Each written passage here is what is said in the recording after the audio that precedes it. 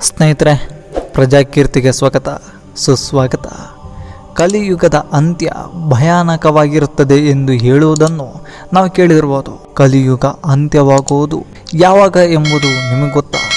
ಕಲಿಯುಗ ಅಂತ್ಯಗೊಳ್ಳಲು ಇನ್ನು ಎಷ್ಟು ದಿನಗಳು ಬೇಕಾಗುತ್ತೆ ಅಂತ ಗೊತ್ತಾ? ಈ ವಿಡಿಯೋದಲ್ಲಿ ಡೀಟೇಲಾಗಿ ಹೇಳ್ತೀನಿ, ಕೇಳಿ. ಬ್ರಹ್ಮಾಂಡದಲ್ಲಿ ಅನಾಹುತಗಳಾಗಿರ್ಬೋದು ಅಥವಾ ಅವಘಡಗಳಾಗಿರಬಹುದು ಸಂಭವಿಸಿದಾಗ ಇದು ಕಲಿಯುಗದ ಅಂತ್ಯವೆನ್ನುವ ಮಾತನ್ನು ನಾವು ಅನೇಕ ಬಾರಿ ಕೇಳಿರ್ತೇವೆ. ಕಲಿಯುಗಕ್ಕೆ ಸಂಬಂಧಿಸಿದ ವಿಚಾರಗಳನ್ನು ನಾವು ಕೇಳಿದಾಗ ಈ ಯುಗ ಯಾವಾಗ ಅಂತ್ಯಗೊಳ್ಳುತ್ತದೆ ಎಂಬುದನ್ನು ಯೋಚಿಸ್ತೀವಿ. ನಮ್ಮ ಪಾಪಗಳು ಹೆಚ್ಚಾದಾಗ, ಮಾನವೀಯತೆ ನಾಶವಾದಾಗ, ಅಧರ್ಮ ತಾಂಡವಾಡಲು ಪ್ರಾರಂಭಿಸಿದಾಗ ಕಲಿಯುಗ ಅಂತ್ಯವಾಗುತ್ತದೆ ಎಂದು ಹೇಳ್ತೇವೆ. ಈ ಸಮಯದಲ್ಲಿ ಮತ್ತೆ ಧರ್ಮವನ್ನು ಮರುಸ್ಥಾಪಿಸಲು ಶ್ರೀಕೃಷ್ಣ ಕಲ್ಕಿಯ ಅವತಾರದಲ್ಲಿ ಕಾಣಿಸಿಕೊಳ್ತಾನೆ. ಅಷ್ಟೇ ಅಲ್ಲ, ಕಲಿಯುಗದ ಅಂತ್ಯಕ್ಕೆ ಸಂಬಂಧಿಸಿದಂತೆ ವಿಷ್ಣು ಪುರಾಣದಲ್ಲಿ ಅನೇಕ ರಹಸ್ಯಗಳು ಉಲ್ಲೇಖವಾಗಿದ್ದಾವೆ. ಕಲಿಯುಗದ ಅಂತ್ಯದ ಕುರಿತು ವಿಷ್ಣು ಪುರಾಣ ಏನು ಹೇಳುತ್ತೆ ಗೊತ್ತಾ? ಹಾಗಾದರೆ ಕಲಿಯುಗ ಅಂದ್ರೇನು? ದ್ವಾಪರ ಯುಗದ ನಂತರ ಕಲಿಯುಗ ಪ್ರಾರಂಭವಾಗುತ್ತೆ. ಕಲಿಯುಗ ಬಂದ ನಂತರ ಭೂಮಿಯಲ್ಲಿ ಪಾಪಗಳು ಹೆಚ್ಚಾಗ್ತವೆ. ಹೀಗಿರುವಾಗ ಕಲಿಯುಗ ಎಂದರೆ ಏನು ಗೊತ್ತಾ?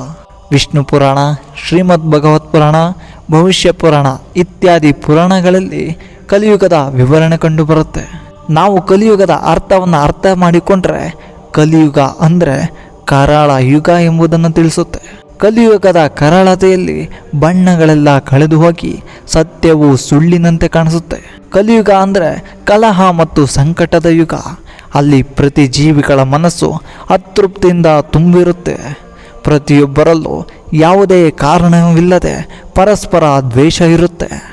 ಹಾಗಾದರೆ ನಿಮಗೆ ತಲೆಯಲ್ಲಿ ಯೋಚನೆ ಆಗ್ತಾ ಇರಬೇಕು, ಕಲಿಯುಗ ಯಾವಾಗ ಪ್ರಾರಂಭವಾಯಿತು ಅಂತ. ಎಸ್, ಮಹಾಭಾರತದ ನಂತರ ಇಂತಹ ಅನೇಕ ಅಹಿತಕರ ಘಟನೆಗಳು ಸಂಭವಿಸುತ್ತವೆ. ನಂತರ ಕಲಿಯುಗದ ಆಗಮನದ ವೇಗವು ಹೆಚ್ಚಾಗುತ್ತೆ.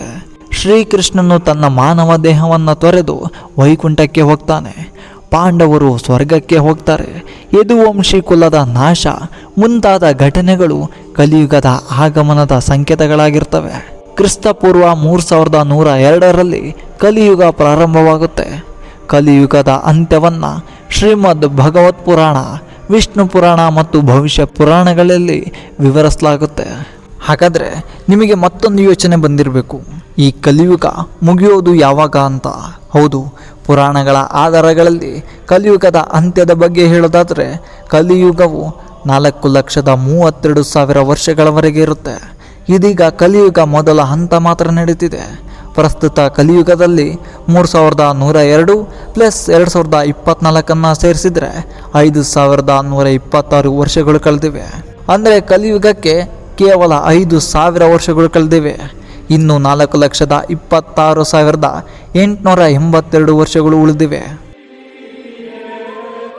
ದೇವರ ಸಮಯಕ್ಕೂ ಮಾನವರ ಸಮಯಕ್ಕೂ ತುಂಬಾ ವ್ಯತ್ಯಾಸವಿದೆ. ಯಾಕಂದರೆ ಭೂಲೋಕದಲ್ಲಿ ಅಂದರೆ ಮಾನವರು ವಾಸಿಸುವ ಭೂಮಿ ಮತ್ತು ದೇವರುಗಳು ವಾಸಿಸುವ ಸ್ವರ್ಗ ಲೋಕದಲ್ಲಿ ಸಮಯವು ವಿಭಿನ್ನ ವೇಗದಲ್ಲಿ ಚಲಿಸುತ್ತೆ.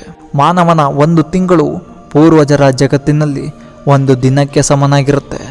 ಅದೇ ಸಮಯದಲ್ಲಿ ಮನುಷ್ಯರಿಗೆ 1 ವರ್ಷ ದೇವರುಗಳಿಗೆ 1 ದಿನಕ್ಕೆ ಸಮನಾಗಿರುತ್ತೆ.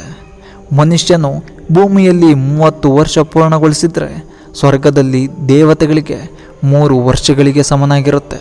ಇದರ ಅರ್ಥ ಪ್ರತಿಯೊಂದು ಪ್ರಪಂಚದಲ್ಲಿ ಸಮಯವು ವಿಭಿನ್ನವಾಗಿರುತ್ತದೆ ಅಂತ. ಕಲಿಯುಗದ ಅಂತ್ಯ ಹೇಗಿರುತ್ತೆ ಗೊತ್ತಾ? ಪ್ರಸ್ತುತ ಕಲಿಯುಗವು ತನ್ನ ಮೊದಲ ಘಟ್ಟವನ್ನು ಪೂರ್ಣಗೊಳಿಸಿದೆ. ವಿಷ್ಣು ಪುರಾಣದ ಹೊರತಾಗಿ ಬ್ರಹ್ಮವೈವರ್ತ ಪುರಾಣದಲ್ಲಿ ಕಲಿಯುಗ ಚಲಿಸುವ ಸಮಯವನ್ನು ಉಲ್ಲೇಖಿಸಲಾಗಿದೆ. ಇದರ ಪ್ರಕಾರ ಕಲಿಯುಗ ಉತ್ತುಂಗದಲ್ಲಿದ್ದಾಗ ಮಾನವನ ಆಯಸ್ಸು ಕೇವಲ 20 ವರ್ಷಕ್ಕೆ ಇಳಿಯುತ್ತೆ. ಜನರಿಗೆ ವಯಸ್ಸಾಗುವ ಮುಂಚೆಯೇ ವಯಸ್ಸದಂತೆ ಕಾಣಲು ಪ್ರಾರಂಭಿಸ್ತಾರೆ. 5 ವರ್ಷ ವಯಸ್ಸಿನ ಮಹಿಳೆಯರು ಗರ್ಭಿಣಿಯಾಗ್ತಾರೆ. ಮನುಷ್ಯರು ಸಣ್ಣ ಪುಟ್ಟ ಕಾಯಿಲೆಗಳ ವಿರುದ್ಧ ಹೋರಾಡಲು ಸಾಧ್ಯವಾಗೋದೇ ಇಲ್ಲ, ಮತ್ತೆ ಸಾಯಲು ಪ್ರಾರಂಭಿಸ್ತಾರೆ. ವಿಷ್ಣು ಪುರಾಣದ ಭವಿಷ್ಯವಾಣಿಯ ಪ್ರಕಾರ ಭೂಮಿಯಾದ್ಯಂತ ಬರಗಾಲ ಇರುತ್ತೆ. ಆಹಾರವು ಕೂಡ ಎಲ್ಲೂ ಸಿಗೋದಿಲ್ಲ. ಸುಡುವ ಶಾಖವು ಹೆಚ್ಚಾಗಿರುತ್ತೆ. ಅದೇ ಸಮಯದಲ್ಲಿ ಪ್ರತಿ ಋತುವಿನ ಪರಿಣಾಮಗಳು ತೀವ್ರವಾಗಿರುತ್ತೆ. ಸಾಕಷ್ಟು ಮಳೆ, ವಿಪರೀತ ಶಾಖ ಮತ್ತು ಮೂಳೆ ತಣ್ಣಗಾಗುವಷ್ಟು ಚಳಿ ಇರುತ್ತೆ. ಈ ಎಲ್ಲ ಸೂಚನೆಗಳು ಕಲಿಯುಗದ ಅಂತ್ಯವನ್ನು ಸೂಚಿಸುತ್ತೆ.